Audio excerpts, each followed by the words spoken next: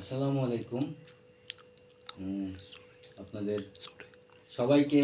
আম স্বাগতম আমাদের চ্যানেলে এবং আপনারা যে যেখানেই আছেন আমাদের চ্যানেলের পক্ষ থেকে আপনাদের সবার জন্য আন্তরিক শুভেচ্ছা এবং সবার প্রতি আমার সালাম। তো আজকে আমরা আপনাদের একটি সাম্প্রতিক বিষয়ের উপরে আমরা কথা বলব, যেটা বর্তমানে বাংলাদেশে বেশ আলোচিত একটি ঘটনা। গত ২৯শে আগস্টের ঘটে যাওয়া একটি ঘটনা। তো এই ঘটনাটি ঘটেছে ঢাকার প্রাণকেন্দ্র পল্টনে। পল্টনে যে ঘটনাটা ঘটেছে সেটা হচ্ছে যে ভিপি নূর, যিনি সাবেক ছাত্র সংসদের ঢাকা বিশ্ববিদ্যালয়ের ডাকসুর, ঢাকা বিশ্ববিদ্যালয়ের কেন্দ্রীয় ছাত্র সংসদের যিনি সাবেক ভিপি এবং যিনি বাংলাদেশ গণ অধিকার পরিষদের প্রতিষ্ঠাতা সভাপতি, তো তার সঙ্গে ঘটে যাওয়া একটি কি বলবো, ঘটনাটা আসলে অবশ্যই আমাদের একটি গণতান্ত্রিক দেশের জন্য ঘটনাটা লজ্জার, যে তার উপরে একটি ভয়াবহ বর্বরচিত বলা যায় এক কথায় হামলা হয়েছে এবং তিনি গুরুতরভাবে অসুস্থ হয়েছেন, আহত হয়েছেন। এবং শেষ খবর জানা পর্যন্ত দেখলাম যে তিনি এখনও সম্ভবত আইসিইউতে আছেন। তো এই ঘটনাটা আসলে আমাদের অনেক কিছুর ইঙ্গিত দেয়,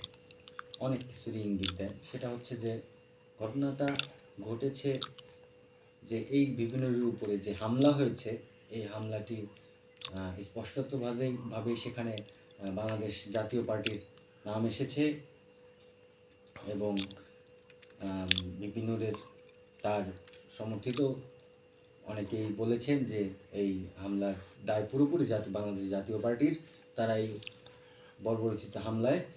বিপিনুর সহ আরও বেশ কয়েকজনকে আহত করা হয়েছে, যার মধ্যে বিপিনুরের অবস্থা খুবই আশঙ্কাজনক। তো এখানে একটি জিনিস খেয়াল করছি, এদিকে আরেকটি ব্যাপার, এখন বাংলাদেশ জাতীয় পার্টি তারা এই ঘটনার তারা তাদের সাথে যোগাযোগ করা হলে তারা বিভিন্ন গণমাধ্যমকে তারা জানিয়েছেন যে পল্টনে যে তাদের পার্টি অফিস, সেই অফিসে তাদের একটি সমাবেশ ছিল এবং তারা ওই পার্টি অফিসের ভেতরেই তারা অবস্থান করছিলেন। তো এর মধ্যে বিপিনুরের সমর্থকরা, বাংলাদেশ গণ অধিকার পরিষদের সমর্থকরা, তারা একটি মব সৃষ্টি করে স্বৈরাচারের দোসর,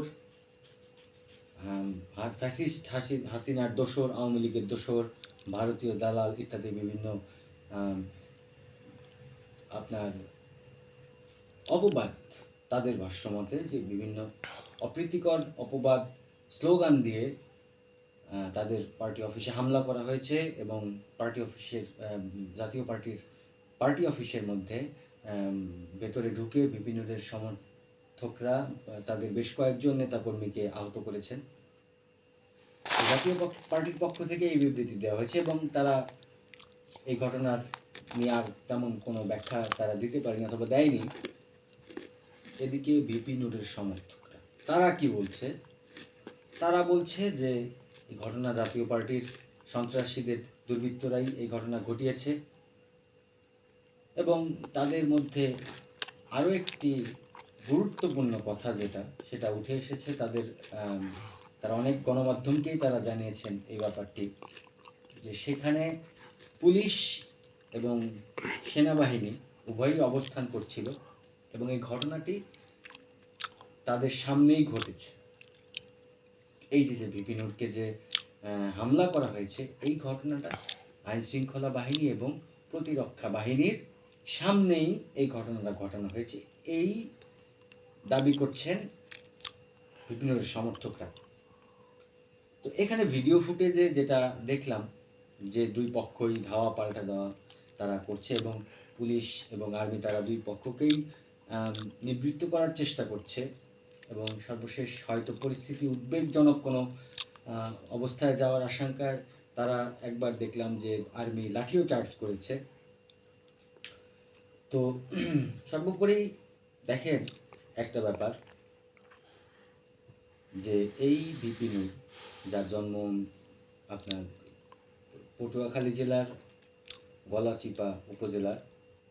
একটি ইউনিয়নে, সেখান থেকে তার দীর্ঘ রাজনৈতিক পথ চলা, তার যদিও সে বয়সে তরুণ, তো সে আজকে ঢাকা বিশ্ববিদ্যালয়ের ভিপি হয়েছে, সাবেক ভিপি ছিল এবং একটি রাজনৈতিক দল প্রতিষ্ঠা করে তিনি সেটার চেয়ারম্যান। তো এই যে যারা তরুণ রাজনীতিবিদ এবং অন্যান্য যারা রাজনৈতিক দল, একটা জিনিস প্রায় খেয়াল করা যায় যে প্রত্যেকেই যেন একটা কম্পিটিশনে ব্যস্ত, একজন আরেকজনের রাজনৈতিক মাঠ দখল করার কম্পিটিশন, প্রতিযোগিতা,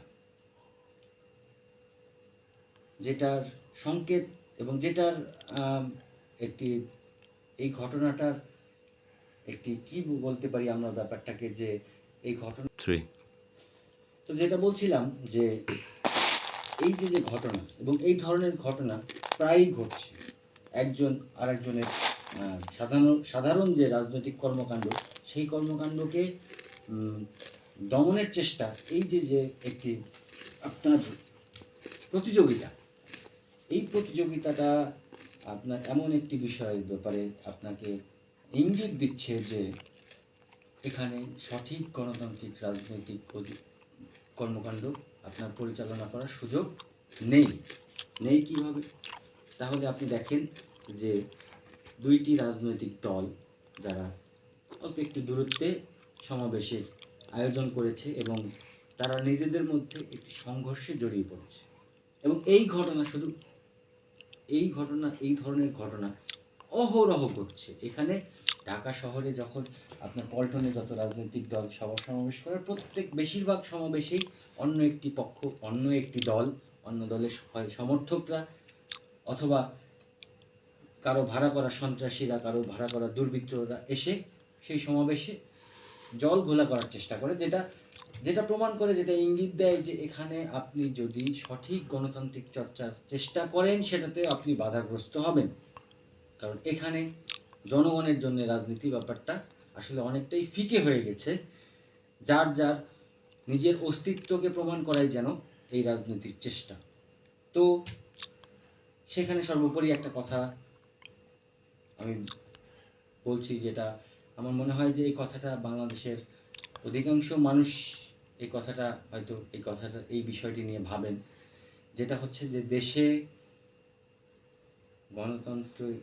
একটি দেশ, যে দেশে গণতন্ত্র স্বাধীনভাবে প্রতিষ্ঠা হয়েছে, সেই দেশে একটি গণতান্ত্রিক দল, সে যত ক্ষুদ্রই হোক, সে রাজনীতি করার অধিকার তাকে দেওয়া উচিত, এবং একটি ক্ষুদ্র দলকে তার যে রাজনৈতিক অধিকার, রাজনীতি করার যে অধিকার, সেই জিনিসটা প্রতিষ্ঠা করার মাধ্যমেই এই জিনিসটাও প্রতিষ্ঠা হয় যে একটি খুবই সাধারণ একটা মানুষও সে যেন আইনের সঠিক শাসনটা, আইনের সঠিক বিচার এবং তার গণতান্ত্রিক অধিকার, তার জন্য তার যেটা অধিকার সেটা সে যেন সঠিকভাবে বুঝে পায়। তো আমাদের আরও সচেতন হতে হবে এবং এই ধরনের রাজনৈতিক সংঘর্ষকে কিভাবে কমিয়ে আনা যায়, পারস্পরিক যে প্রত্যেকের সমঝোতা, এই সমঝোতা এবং প্রত্যেকের মাঝে একটি সুসম্পর্ক সৃষ্টি করে সুন্দর একটি রাজনৈতিক পরিবেশ সৃষ্টি করা। যদি সুন্দর রাজনৈতিক পরিবেশ সৃষ্টি করা হয়, তখনই আমাদের পরবর্তী দেশের প্রত্যেকটা মানুষের যে একটা আকাঙ্ক্ষা, যে একটি জাতীয় নির্বাচন অনুষ্ঠিত হওয়ার, তো সেই জাতীয় নির্বাচনটা তখনই আপনার এই সঠিক এবং স্বচ্ছ এবং নিরপেক্ষ নির্বাচন হবে, যখন একটি দেশের প্রতিটি রাজনৈতিক দল, সে ক্ষুদ্র অথবা বৃহৎ, সে যেই দলই হোক না কেন, সেই দল তার স্বাধীনভাবে রাজনীতি করার সুযোগ পাবে। এই গণতন্ত্রের চর্চা, এই গণতান্ত্রিক পরিবেশ যদি সৃষ্টি করা যায়, তাহলে আমরা আশা করতে পারি একটি অবাধ, সুষ্ঠু এবং নিরপেক্ষ নির্বাচনের, এবং আমরা